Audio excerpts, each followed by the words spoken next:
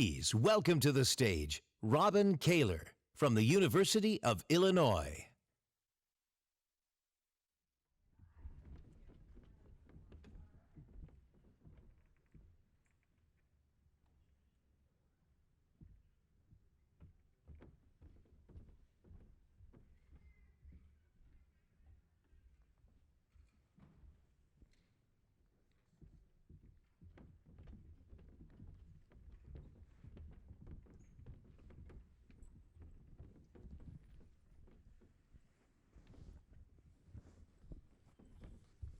Okay, good morning.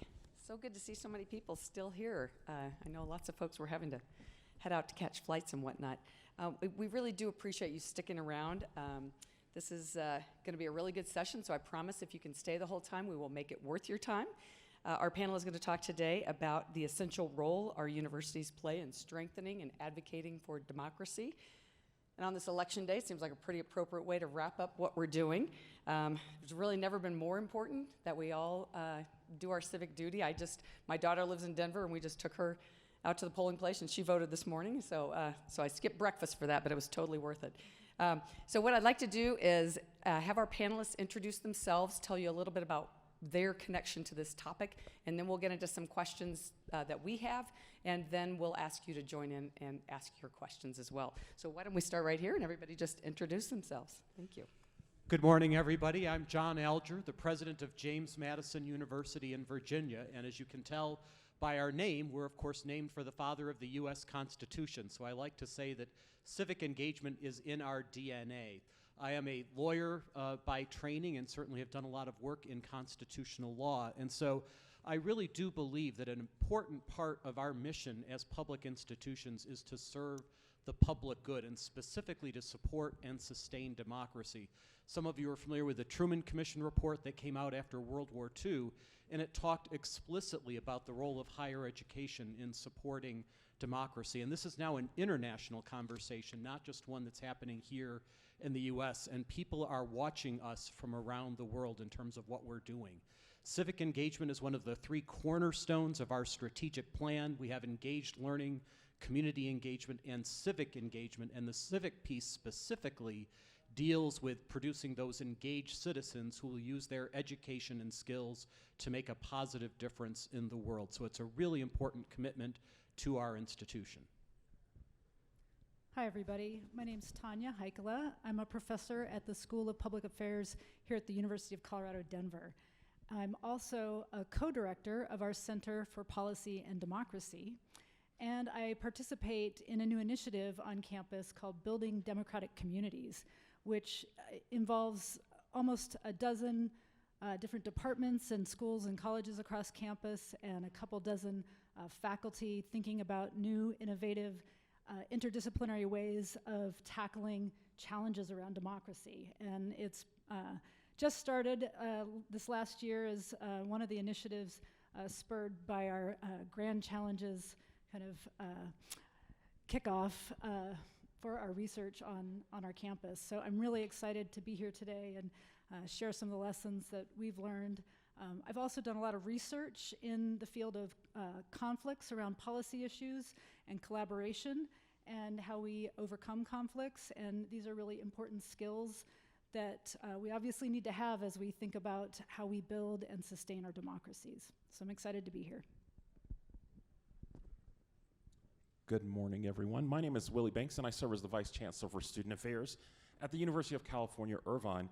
And part of my responsibility is working with all of our students and really creating an environment where they can thrive. And part of our work is really making sure that they are engaged with our community, but then also on campus. And so I think this topic is really important, not only for our campuses, but then also when we're looking at our students who are the future leaders and really thinking about how do we engage our students, especially at that young age, to really talk about what's important when it comes to democracy and then also civic engagement and civil discourse.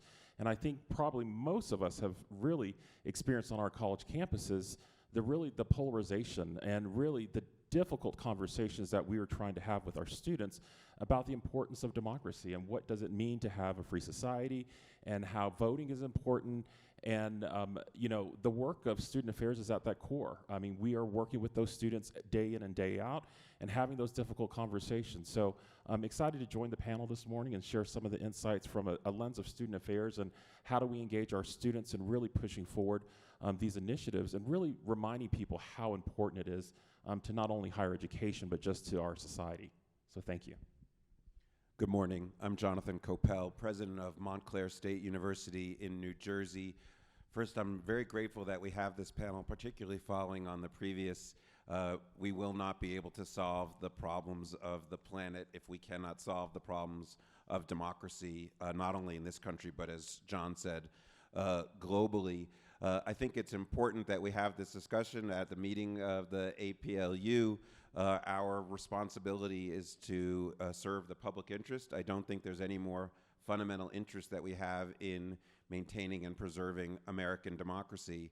And I think there is a role that we can play as anchor institutions. I know that's usually used in another context to think about how we play a role in communities, but I believe we are anchor institutions of American democracy. I think there are ways that we can engage at this pivotal moment in American history, notwithstanding the politics that threaten to ensnare our own institutions and can pose an existential threat to us. So I hope this panel is not only a sort of exhortation, but also a way for us to highlight the work that is going on at many universities that is finding a way to engage students, engage faculty, engage the institutions in maintaining the fabric of American democracy. The angle that I've come at has been with a dedicated promotion of public service, and hopefully we'll get into that. But I think there's a role to play in encouraging civic engagement in a somewhat apolitical fashion that ultimately is how we restore the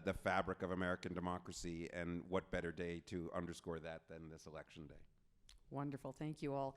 And maybe it's just me, but I do feel that democracy seems threatened more than maybe ever before. I know probably other generations have said that too, but it certainly does feel very precarious right now.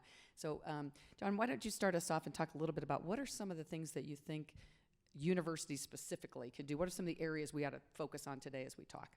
Thank you, Robin. And I think this session really does need to be all about hope as we end this conference. So in that spirit, I want to share quickly a top 10 list of things that we can do as institutions. So number one is to start with your strategic plan and ask, is civic engagement included as a priority in some way, shape, or form? Because that reflects the values and priorities, of course, of your institution. Number two, how do we think about the organization, leadership, and coordination of civic engagement efforts on campus? That's where perhaps having a Center for Civic Engagement, as we do, can be very helpful, or some coordinating body on your campus that can help lead efforts as you talk about student registration and voting, sponsoring programs, developing faculty and student fellows, et cetera. Number three, very importantly, is of course the curriculum, going to our mission here. And at JMU, our general education program includes an American Experience course. By the way, we give all of our students in that course the Purple Constitution. Purple is our color at JMU, and you know what happens when you combine blue and red, right? You get purple. But it's not just in general education. We try to incorporate civic engagement across the curriculum, for example, with a health policy summit in the health disciplines.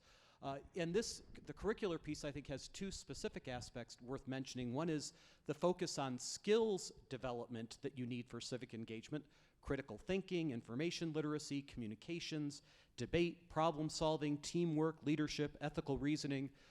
By the way, these are the same skills students need for success in careers, right? And also, of course, on content, how government functions at various levels. And then secondly, in terms of curriculum, I think, how do you provide resources for faculty who might want to incorporate civic engagement into their work but aren't quite sure how? Fourth is experiential learning and internships, service learning, government and public policy internships, et cetera. We'll talk more about that. We have a Washington semester program, for example, which is very popular with students. Number five is assessment.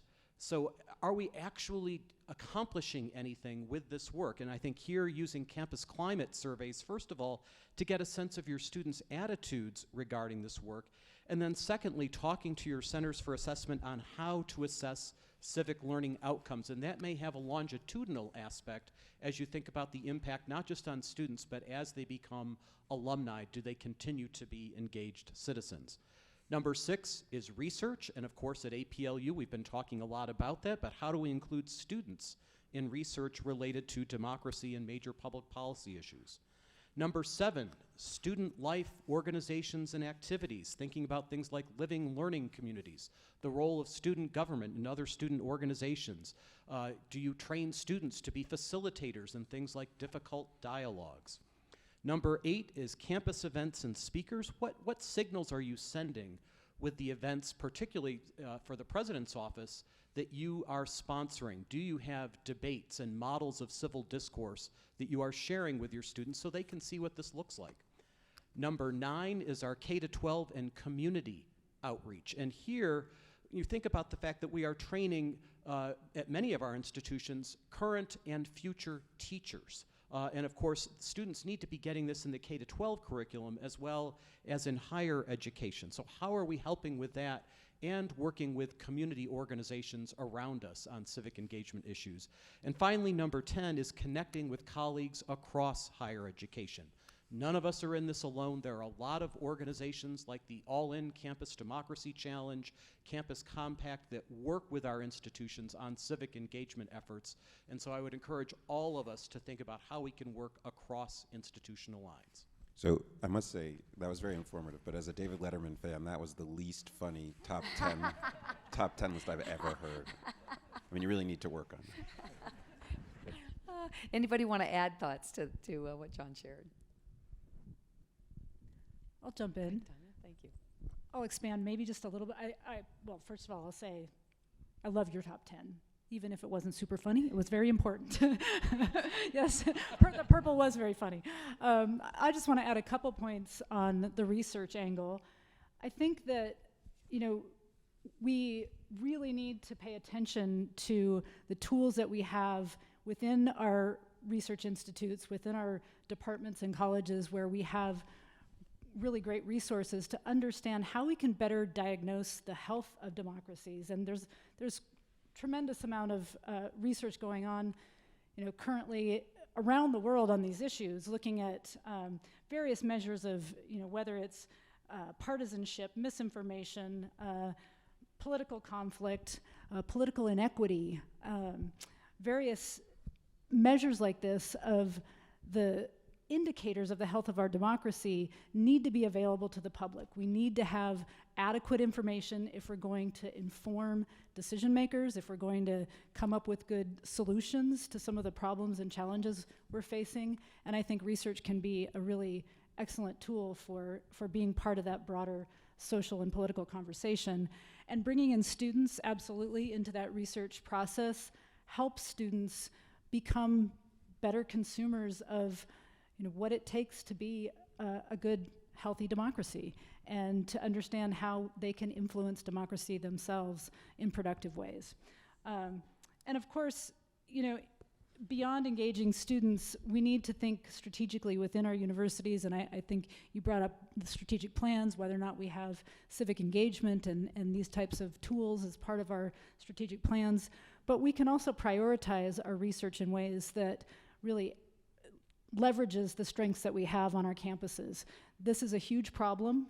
We can't, in any one campus, solve all of these problems, but we can prioritize areas of the challenges to democracy in different ways. I mean, on our campus, we're focusing on several different issues, such as challenges around democracy and building resilient communities to climate change, the role of democracy in and misinformation in democracy.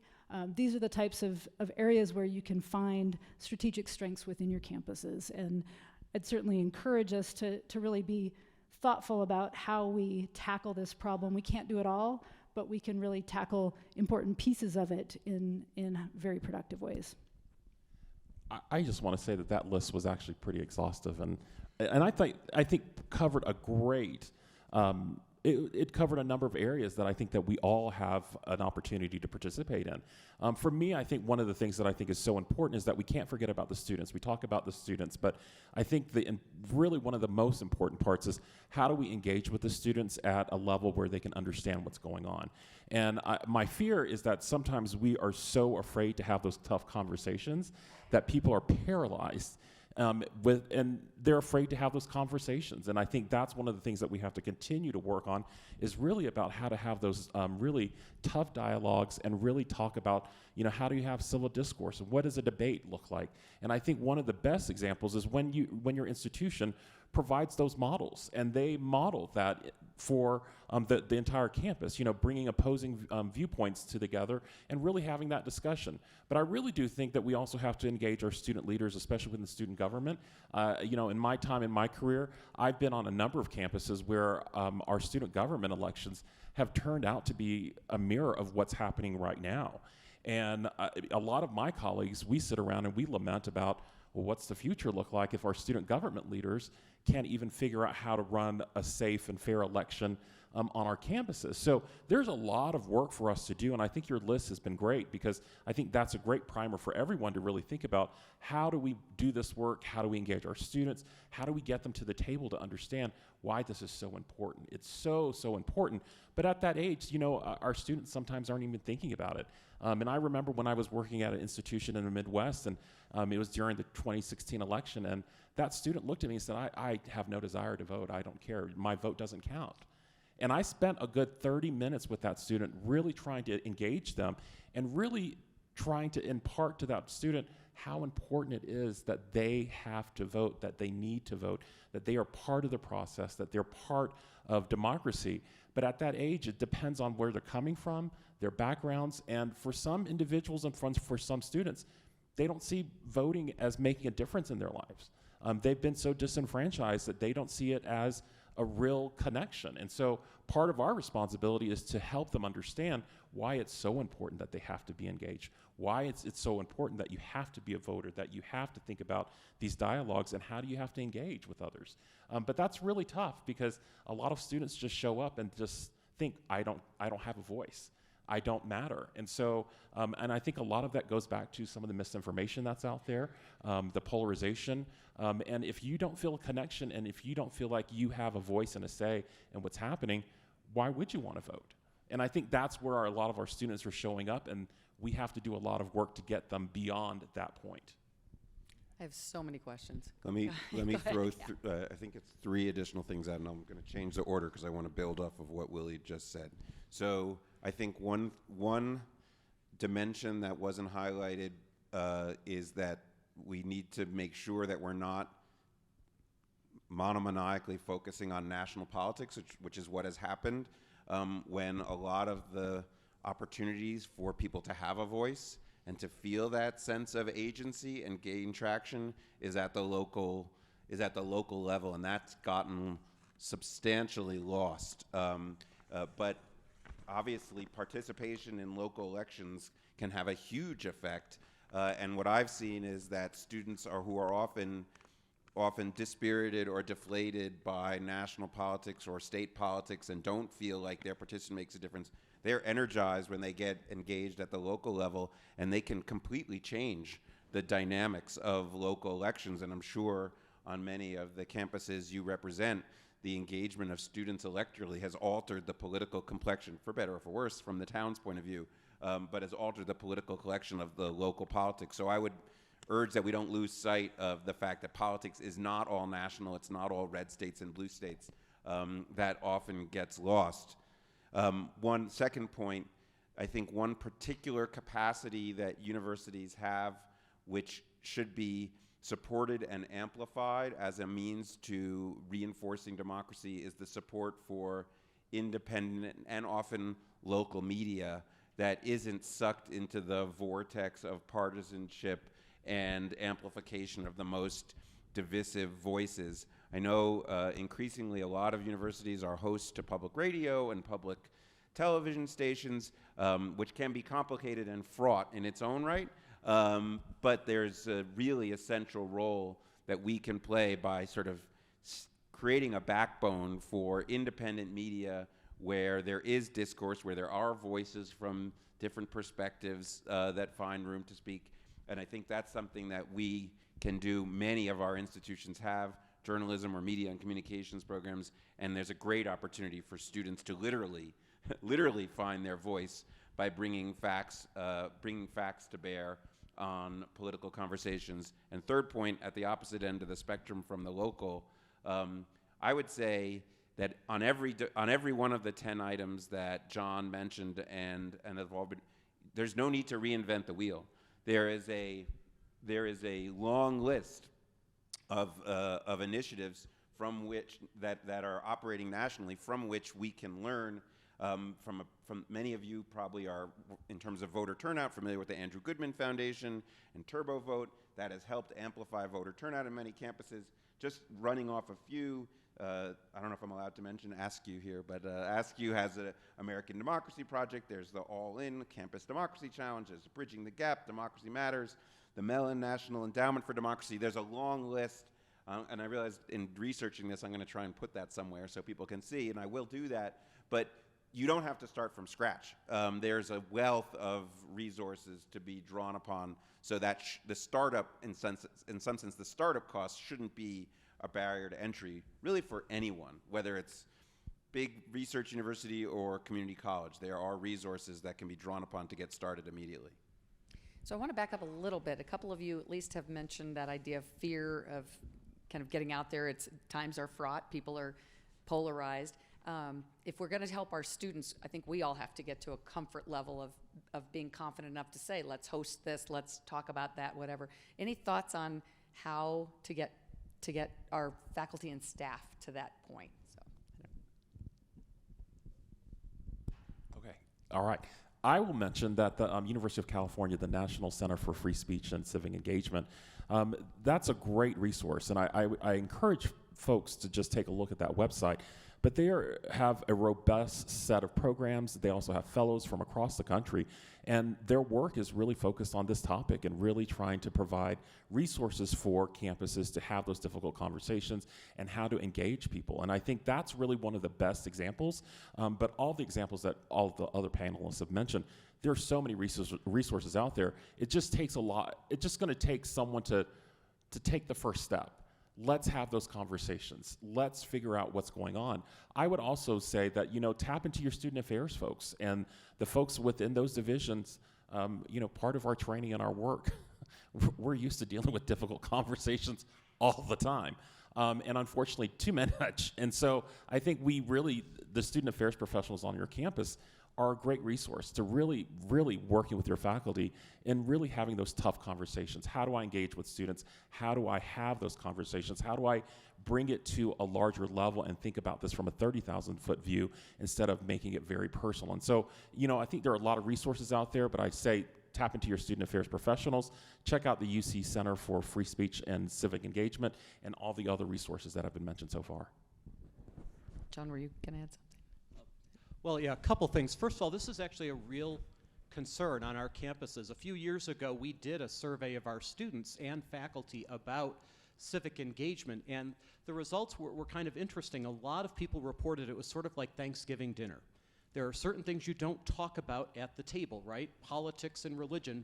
And the concern was that students were saying, we don't want to offend fellow students, and we're afraid of saying something controversial. So we really had to take that to heart and figure out, how do we create opportunities for students to engage? It's not that we want to be devoid of politics or political issues. We need to talk about them, but how do you create those spaces and opportunities? And so there are just a couple of quick examples. Jonathan mentioned the local level. One of the things we've done is we have traveling town halls where local candidates come to campus together, and they actually go to our residence halls. So we take them to the students, and the students learn that, in fact, there are a lot of local issues that have an impact on them. We also have tent talks on campus sponsored by our Center for Civic Engagement. They just pick an issue.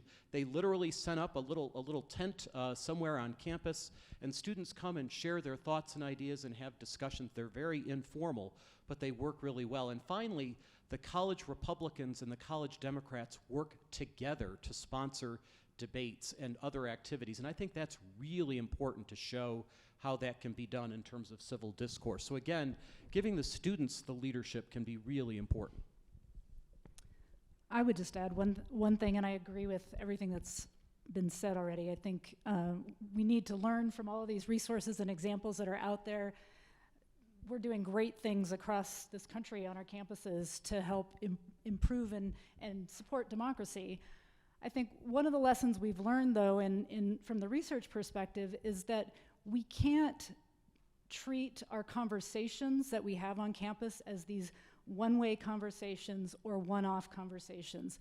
One-way information, we're really good at that in universities, right? We know how to lecture, we know how to have panels and talk at each other, but we know that talking at each other does not help us solve challenging political and policy problems. It reinforces our tendency to break into our groups, our in-groups and our out-groups, and form these kind of identity associations and engage in kind of politicized and conflictual conversations. And to overcome those challenges, we really need to invest in opportunities to have ongoing dialogue face-to-face and build trust across people with different perspectives, and also make sure we're emphasizing norms of good governance, norms of democracy, about transparency, equity in access to these types of venues.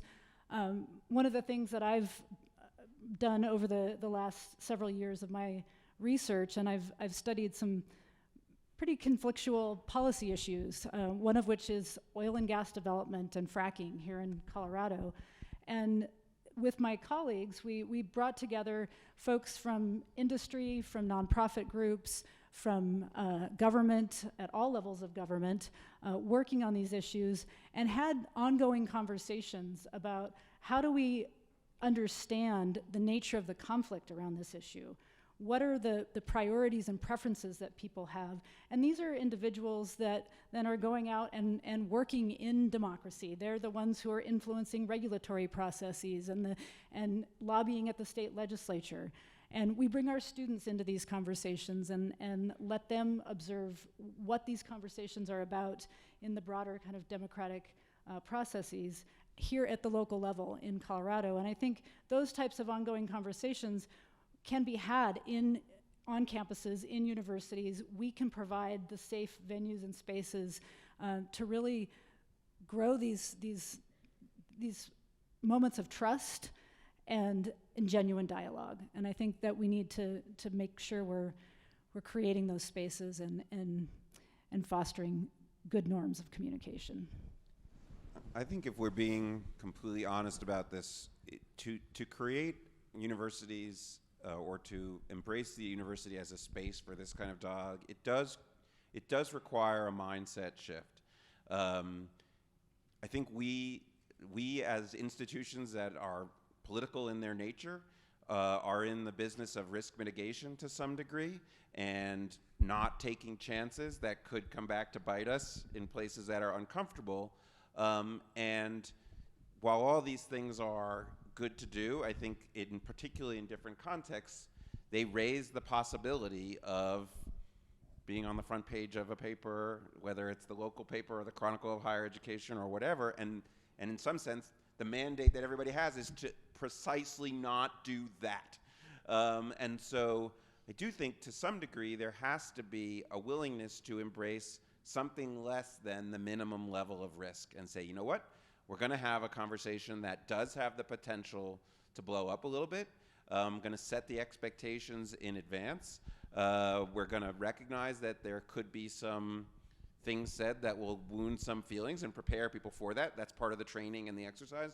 But not to simply say we're going to avoid it because it could be problematic. And you say, well, it's easy for you to say you're in New Jersey, which there's some truth to, although I did the same thing in Arizona, and I'm sure John takes more risks doing something in Virginia than in other parts of the country. But I think if we're not willing to take that risk, and if we're not willing to use the relative stability and safety of the university to stick your toes into waters that are heating up, then of course, how can we say to our students, this is what you need to do in order to save American democracy? So I think there is a broader sort of ethos that needs to be embraced here, which which reorders our priorities when we're making decisions of whether or not to go down path A or path B.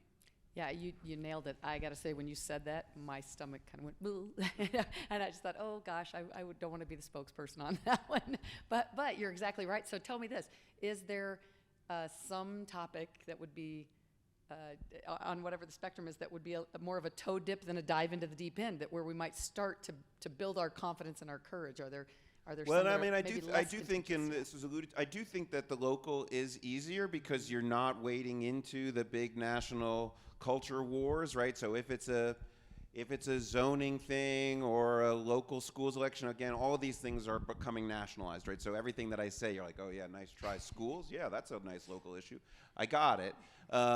But I think that is a way to do it. I think, having the two candidates come together the way John described it, humanizing it a little bit so that it's easy to fall into Twitter mode. I think if it's depersonalized.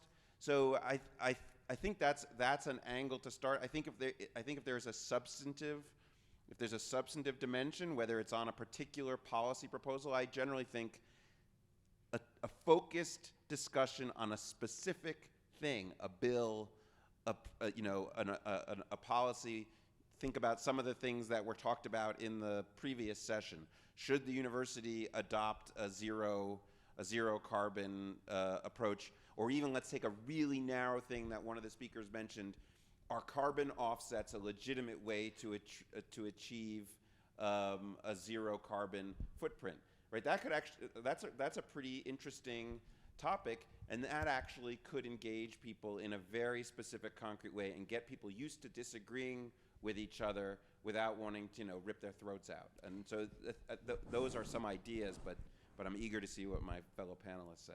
Yeah, I might add that thinking about teaching for a moment on these sorts of issues, I've taught a leadership seminar for a number of years, and one of the things that we did in that seminar was we had the students work on team debates where they didn't get to choose which side they were going to argue. It was assigned to them very specifically and to work in teams, and they learned these skills of reasoning and using facts and evidence and research in debate.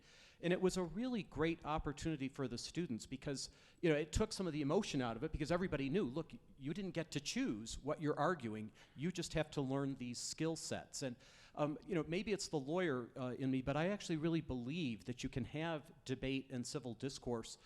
When I was involved with the National Association of College and University Attorneys, at one point I was chair of the board, and when we had difficult issues, we would go around the table and give everybody an opportunity to speak.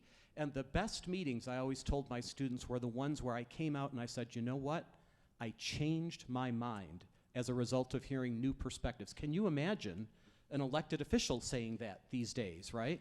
But it's really important for students to see those models of debate and civil discourse. And again, I think having students take leadership roles, a lot of schools have some variation of difficult dialogues where rather than having us as the facilitators, the students are trained to do it. And I found that can actually be much more effective, and they take that responsibility very seriously. Yeah, Willie, did you have something, Tanya, first? Well, I was just going to say, I think we also need to emphasize training on the norms of good dialogue, too, and that needs to be part of it. So they need to be able to have that dialogue, but in order to get there, we need to train our students, our faculty, our staff, our communities on what are those norms of good dialogue, and how do we overcome that tendency to put ourselves into our camps and really dig in and not learn.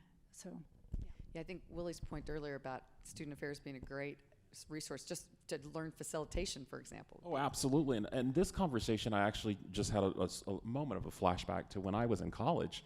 And as a freshman, and I remember my freshman seminar professor, Papa Joe Hendricks at Mercer University said, part of your reason of coming to college is to be exposed to different ideas and to learn and to be a critical thinker and to really think through difficult issues and topics.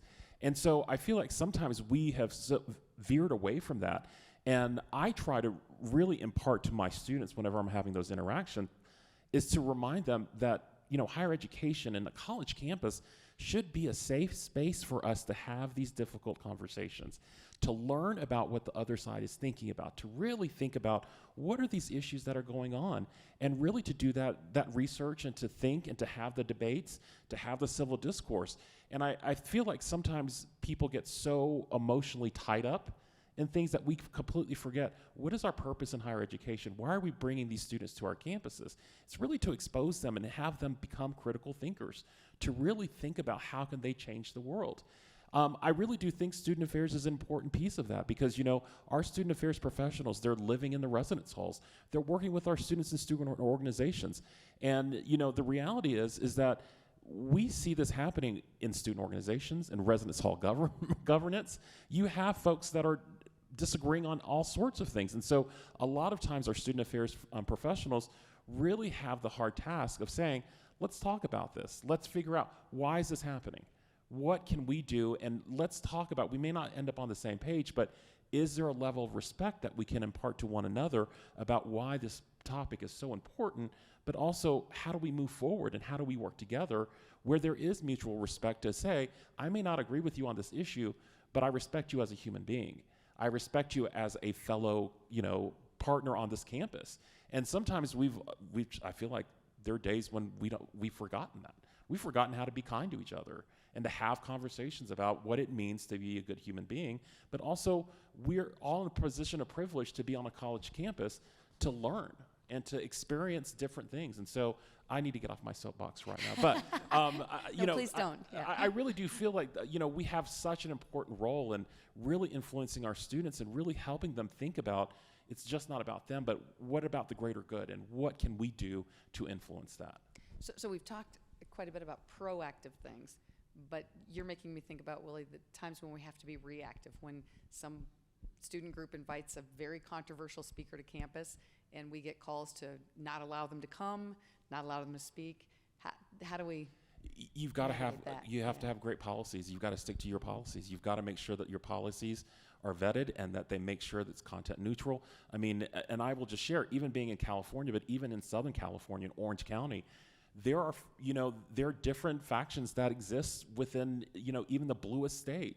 So you have to make sure that we are making sure that the public trusts us, that we have policies that are fair, that we are open to debate, that we are going to have policies and procedures, not just for one party, but it's across the board. And we have to make sure that you're exercising those. And that's really what's important, because what you don't want to do is have an event on campus and say, for instance, one group says, well, you allowed them all these exceptions. Why did you do this for them?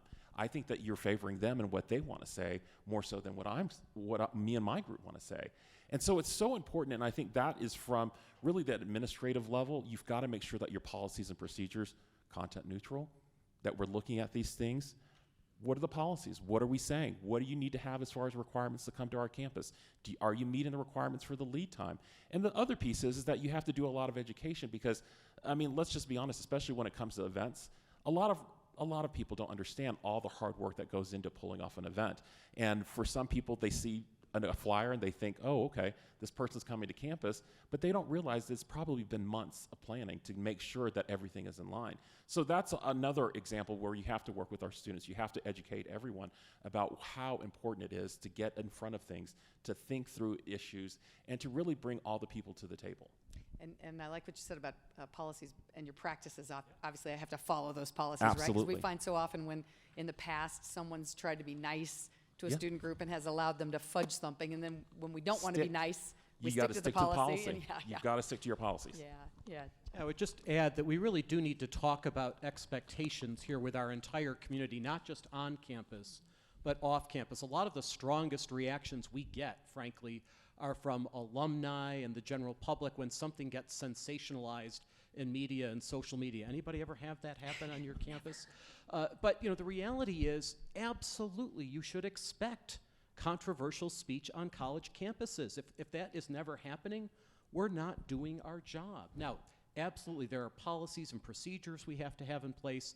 I like to talk about rules of engagement, even if they're not legally enforceable, but to talk about some of our norms, and certainly when we talk about our own students, thinking about arguing based on facts and evidence and research, because that's the skill set that we're trying to teach them.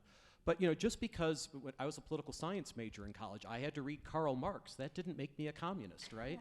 And so I think we have to make sure that our students understand that this is the kind of educational environment that they should expect, and remind our communities that college is the place. If we can't do it in a higher education setting, there is no hope for our society. This has to be the place where people come from different perspectives. And I think one of the most valuable things over time is if people see that, yes, actually they are inviting a variety of speakers and perspectives, and really taking care and thought in looking at that variety over the course of a year.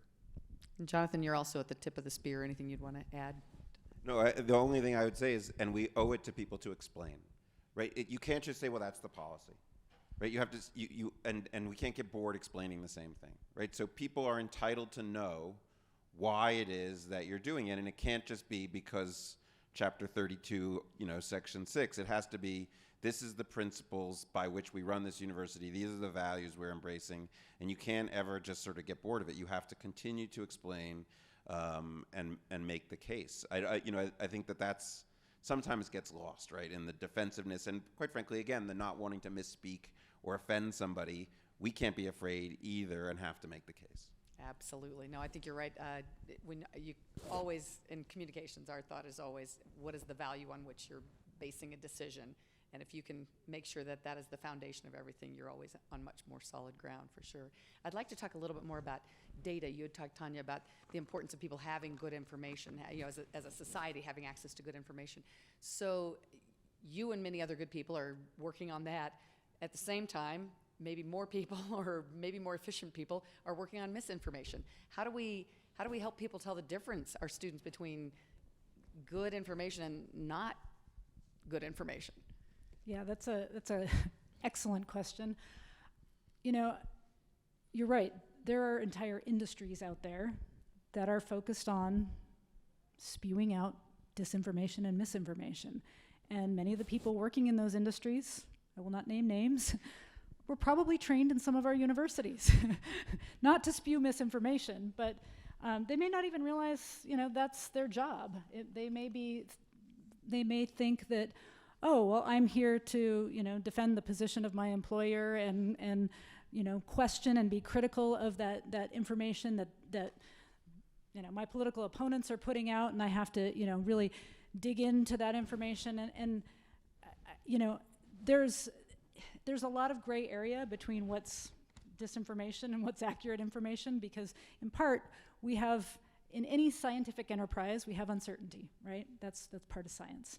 And so when we present that uncertainty, often that uncertainty gets picked up as, well, you don't know what you're talking about, or you don't have the right information, or you don't have the answer yet. And then that can be, misused towards, all kinds of rationales or debates for saying that information or that data is not accurate.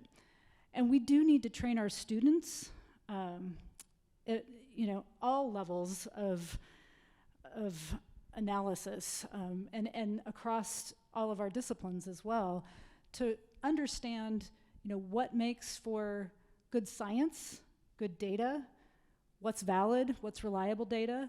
I mean, this is something that we can learn in the social sciences, we can learn in the physical sciences, but we can also talk about, what are the norms of debating that data, and how do we have good conversations to assess whether or not, data is accurate or not. The misinformation is tricky, but I think we're getting better at researching and detecting it, but we need to have more resources from, funding agencies, from, the university seed grants, all kinds of places to help us get better at how we detect that misinformation and where it's coming from. John, were you going to add something, or Jonathan? Well, just a quick observation, because I was thinking about the excellent point that Tanya made, and how some people would see a tension with something that John said earlier, where he talked about the value of teaching people to debate and take other sides. So people are really surprised to know that I was a big high school debater.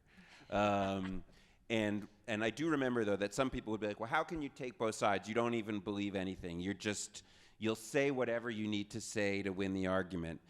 And of course, that's not what high school or whatever, that's not what debate is about. It's about marshaling facts and logic and evidence to make a case. But I think what's happened in terms of contemporary discourse is it's become conflated with saying anything to support your position. And this misinformation has come to be seen as part of debate. And they're not the same thing. And so I think there is a role to defining what are the legitimate boundaries of discourse, as we were talking about, not just in terms of civil discourse, right? So I think the conversation became about civil, don't call people names, no ad hominem attacks, but actually, how do you marshal evidence and fact? And this is a fraught part of society today when we're sort of post-truth, post-fact.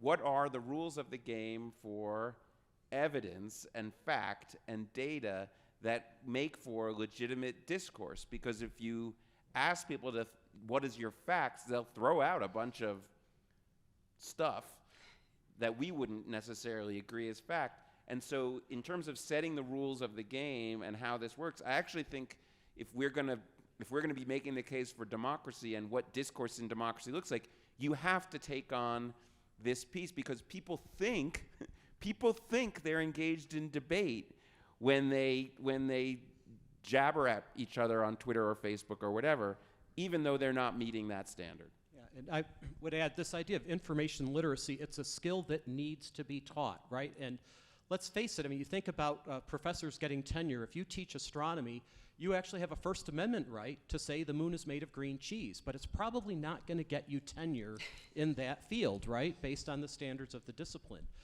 This is where actually our librarians are our friends. I mentioned that seminar in the debate that we incorporated. One of the things that's a requirement in that particular assignment, the students did an annotated bibliography where they had to not just look at sources, but they had to look behind the sources to figure out what are the biases, where is this person coming from and why. And it was a really valuable exercise for those students to realize, oh, okay, I get it. This person comes from a particular perspective or particular organization that might have a point of view. So I think teaching those skills, helping students to understand just because you see something on media or social media does not make it true.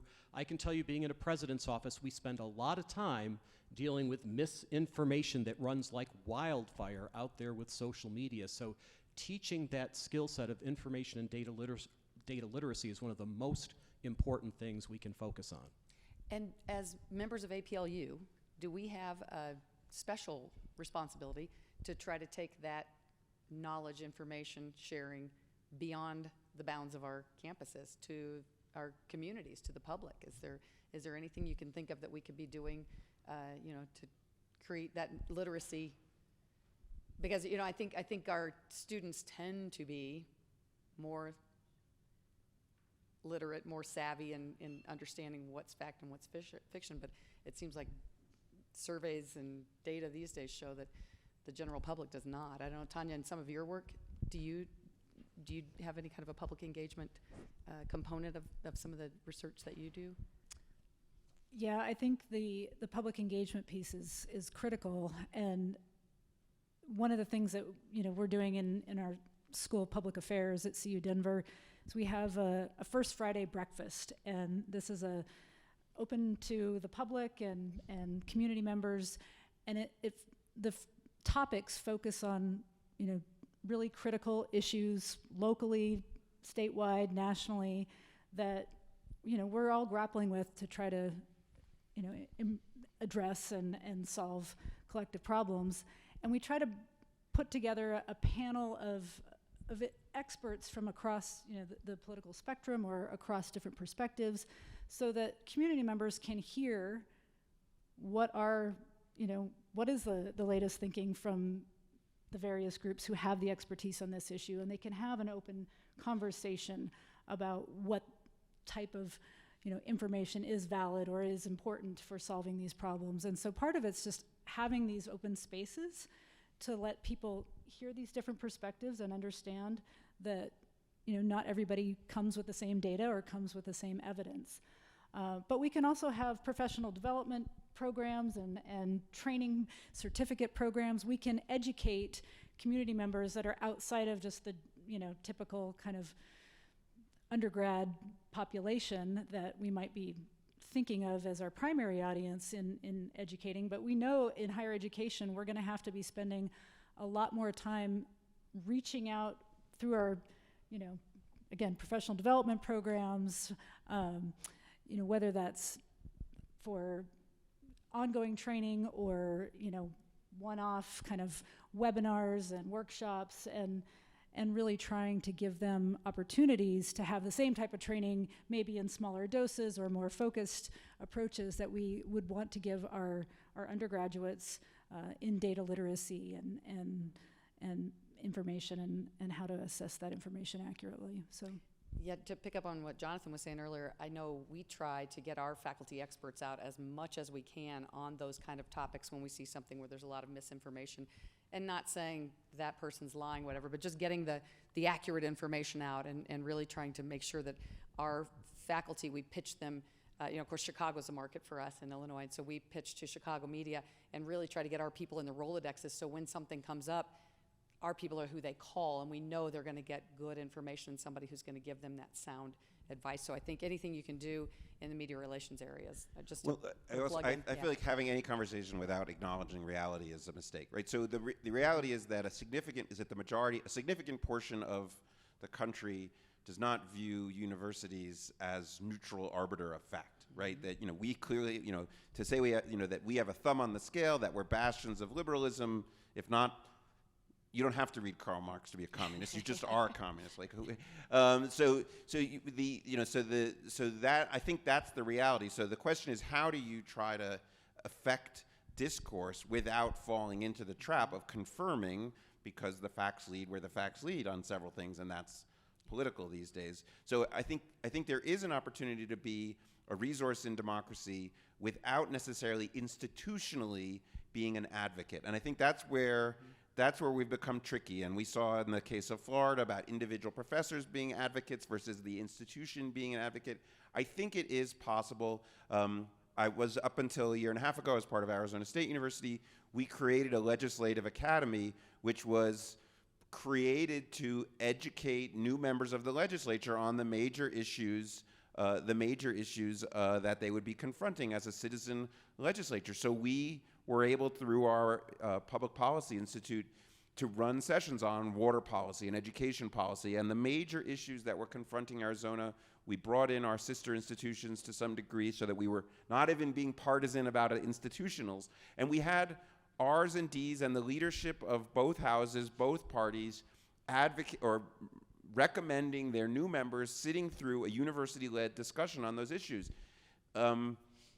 We were, quite frankly, pleasantly surprised with our own ability to do that and be seen as neutral, because we weren't advocating for one law, one approach, anything. We simply were saying, here is information, we are here to serve you, we want you to be better policymakers. I think we can play that role even in the current environment, but it's precarious to stay on the side of informer rather than advocate. And I would think you have to be a little cautious about who you put in front of them and how you train them before you. Absolutely, and there's some people who won't be back, right? Yeah. No, but for the most part, people get the assignment and execute. Yeah, that's great. And I'm so sorry, I have hogged all of the question asking because I have a million questions, but we want to let you do that as well. And I can't even see the microphones. Yeah, if anybody has a question, or are the mics over here and here still? Okay, yeah. So if anybody has one, hop over there, and I'll try to note the panel can help me look too. I would also like the panel, while we're waiting to see if anybody gets brave enough to come ask a question, talk a little bit about, you gave a couple of really good examples, John. Any examples of something you tried that maybe didn't work, that you learned from, or just something that you'd want to share that was really good? And I'd like to know more about maybe one specific visit to the dorm where you had opposing candidates, how you structured that. Did you have a moderator? Was it like your classic political debate? How did you? Yeah. Well, we're lucky at the local level that the candidates actually know each other, right? And they have to agree ahead of time that they're going to travel together. They're not separated, they're not out giving speeches, but they literally are together. And so that's actually worked pretty well. The students actually do a lot of that leadership in conjunction with our Center for Civic Engagement. And so I think it has worked pretty well. One of the other things the students do in conjunction with that is they will send out a voter education guide, and what they do is they send a list of questions to these local candidates and ask them to share their thoughts on different issues in the local elections. The students don't do any editing, they simply put it together and make it available to the student body, and I think that has worked pretty well. But certainly, the thing about things that haven't worked, some of these social media situations have been really difficult to deal with because, let's face it, we don't control the speech of every individual on campus. And so trying to explain to a lot of our constituents that, look, believe it or not, the president's office does not pre-vet what is taught in every class or what everybody is posting on Twitter. They don't? I know. So, trying to, and I think some of what I've learned is that we have to have those conversations before the crisis erupts, because when you're in the midst of it, it's really difficult to have to do all of that explaining. That's a really good point. Anybody who went to the Supreme Court panel a couple of days ago, I think that was the first day, wasn't it? That idea of if you're not planning now, you're going to be way too late when it happens. And again, it's already a little late in the game for this round of the election, but 2024 is coming up really soon, and it's only going to heat up. Okay, and I think there was somebody at the mic. Yes. Right over here. Go right ahead. First of all, don't forget to look at the app because there are questions. Oh gosh. in the Okay. app. Thank you. And I just wanted to, Dr. Alger, everybody wants to know your top 10 list, or at least 4 people upvoted that. So I'm going to assume. You mean you want it later? You want to? Yeah, I don't know. Can you publish a blog about Sure. it or something? I don't know. Happy to do it, yeah. People want to know Follow. that. Okay. And then I'll be selfish and ask one of my questions because it also got one upvote. So I'm just kind of wondering about faculty and administrator buy-in. Creating that culture on campus that you mentioned, Dr. Alger, requires administrators and faculty to buy in. What strategies do you actually believe should be used to create that buy-in? Well, first of all, you have to be able to talk about this, right? And again, sometimes it's not the president that needs to be facilitating that conversation, but I think our Center for Civic Engagement has done a really good job. One of the things that they do is that they have faculty and student fellows that are essentially ambassadors to the different colleges across the university, so that you've got people that can go back to their academic units and talk about how do we incorporate civic engagement into the College of Science and Math or into the College of Arts and Letters. And so I think having some of those ambassadors who are trained to do that can be really helpful. That's at least one strategy. Anybody else? All good? Well, just one thing to add, we've all been in probably faculty meetings or committee meetings where there's been a lot of contentiousness. And perhaps we don't often live up to those norms of civic engagement and the strategies that we could use to improve dialogue that, when we scale up across our society, can help us be better at engaging in democracy. But we need to start with the places that we do govern. And so I think one of the incentives for faculty and staff is, do we want to solve problems together? Or do we just want to dig our heels in and argue with each other endlessly? And there's a motivation to, if we're going to solve problems as a university and we're going to do great things for our students and our communities, then we need to have those skills embedded within various venues within our campuses, whether it's in our faculty meetings or our classrooms or, student government. We need to practice what we preach. All of the above. Well said. Very well said. Okay, from the audience, how do you get students, often disadvantaged by current democratic practices, interested in participating in the system? Willie, you want to take that one? Yeah, I just read that one as well, and I was thinking about that. And I think one of the things that I think is so important is really trying to make sure and to have that conversation with that student or those students and really try to find a connection and something personal. And I think I'll share an example. I was I'm in California, and one of the things that I work with, we have a population of undocumented students. And they're very passionate, and they want to be on our campus. They want to learn. But there's some limitations to what they can and can't do as far as when it comes to democracy. And so it's really interesting because I remember having that conversation with a student and saying, and they asked, well, what can I do? And I was like, you need to tell your friends. You need to tell your friends how this personally affects you and your family. You've got to tell people why it's so important for them to go vote and to make their voices heard, because they're, in ways, voting for you and for your livelihood and your existence in the United States and on our campus.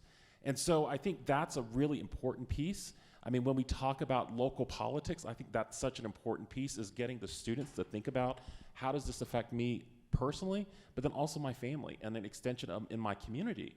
It's about zoning laws. It's about the school board. It's about, you know, who's deciding on curriculum. And so you have to really try to, you've got to break it down. And for some students, they're just going to glaze over and say, I don't want to engage. I don't care.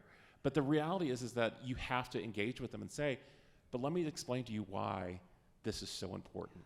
You may not think that this is an important issue for you, but someone in your family, someone, a friend, a classmate, this is an important issue. And I challenge you to go think about that and to find those folks and to say, tell me about your story.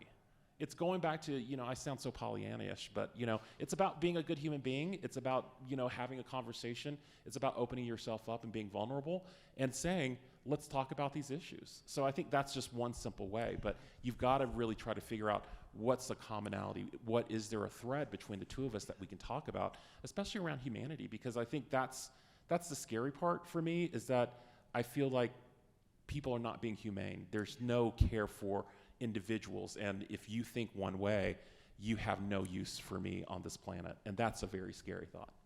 Well, and I have to say, I don't think you're Pollyanna-ish at all. I think it's amazing to see how optimistic you remain when you're in the thick of all of this, and that gives me a lot of hope. I think one thing which is implied by Willie's answer, but I think people don't realize how much democracy and the consequences of democratic activity actually affect them, right? I mean, I think people see it now. I think that the Roe versus Wade getting overturned, that was like a little bit of a jolt to the system, like, whoa, like this now just actually changed things in a really palpable way. But people don't see that in an everyday way. Like, oh, well, you apply here, you fill out your FAFSA for your Pell eligibility. And Pell is treated like it's just part of that was a guy. That was a person who created something through the legislative process. I think people don't necessarily understand that. It's worth taking some time to say, like, why do we have the things we have now? Because of political action, because of democracy. By the way, for good and for ill, right? And why don't you have this? Well, that's also because of democracy. And so I think taking some time to explain the sort of exegesis of how we got here is useful. Absolutely. And I have to warn all of you, I know we only have, 3.5 minutes left, so we're going to try to get through a couple more of these questions, but stay up here when we finish over on the side, because I'm sure you're going to have lines of people wanting to talk to you. How can we change the cancel culture and or the perception of that culture? Probably a broader approach is dialogue around acceptability of a broad range of ideas. Maybe we should, as APLU, commit to each bringing in the farthest reaches of these ideas across the political spectrum. So actually, that was not a question. Thank you. Good comment. Did anybody want to say anything on that, or should we move on? I just want to quickly say, I think that there has to be, and I said this earlier, but I'll throw it in now because the clock is running down. There has to be attention to the fact that we have this conversation within the maw of a political partisan environment that can consume many of our institutions. The reason why I'm a big believer in public service programs that are not necessarily political programs is I think it's a wedge to get people engaged in civic fabric building that can be embraced. And we launched something called the Next Generation Service Corps when I was at ASU. It's now supported by the Volcker Alliance.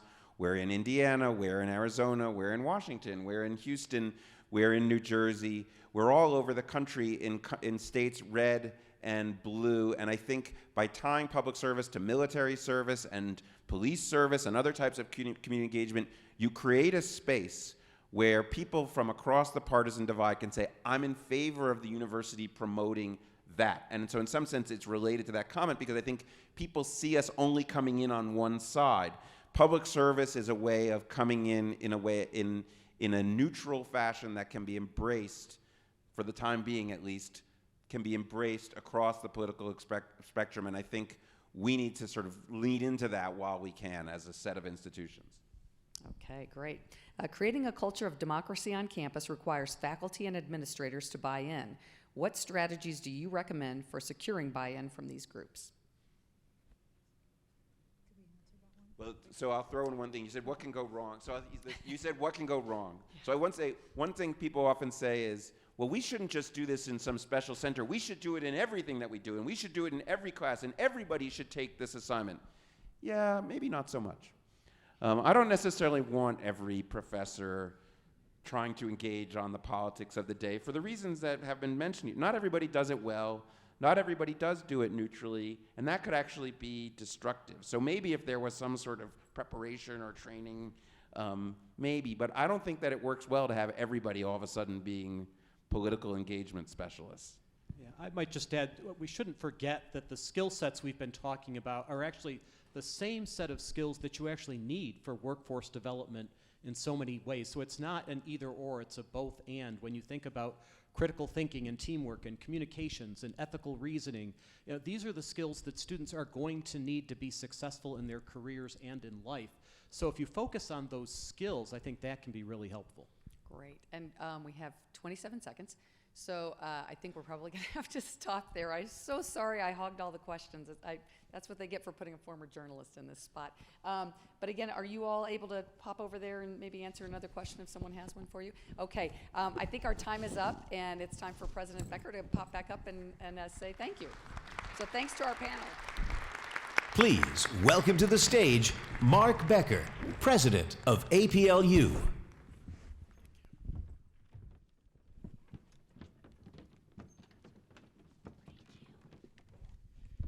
Well, first, let's congratulate both these last two panels. For those of you that actually stuck it out here to the end of the conference, you were richly rewarded with two amazing panels this morning. So please give them a rousing round of applause. It also sent me through post-traumatic stress just listening to Jonathan Coppell talking about being on the front page of the paper. Those were the good old days when I was a president. I want to go and thank the Colorado institutions, Colorado School of Mines, University of Colorado Boulder, University of Colorado Denver, University of Colorado System, Colorado State University System, and Colorado State University Fort Collins for really being such hospitable hosts, really helping us pull this conference together and make it what it has been, which I think has been just a fantastic conference. And I'm glad that you're here. I hope you found it as stimulating and thought-provoking and rewarding as I did. Want to also express thanks to our APLU staff. I did this in the opening, but I want to do it in the closing as well. They worked incredibly hard to get us back in person, get this up and running. And I've seen them behind the curtain for the last couple of days. They've been taking care of all the stuff that you didn't see that happened. So thank you to Jean Middleton, her whole team. Thank you very much. Please give them a round of applause. And they get to take an exhale for a few days, and then we start planning for next year. Next year is Seattle, November 12th through 14th. I hope that all of you will be here and bring some more of your colleagues so that we can have more sessions and build an even bigger and better and more thought-provoking and stimulating program. Thank you, safe travels, and see you next year.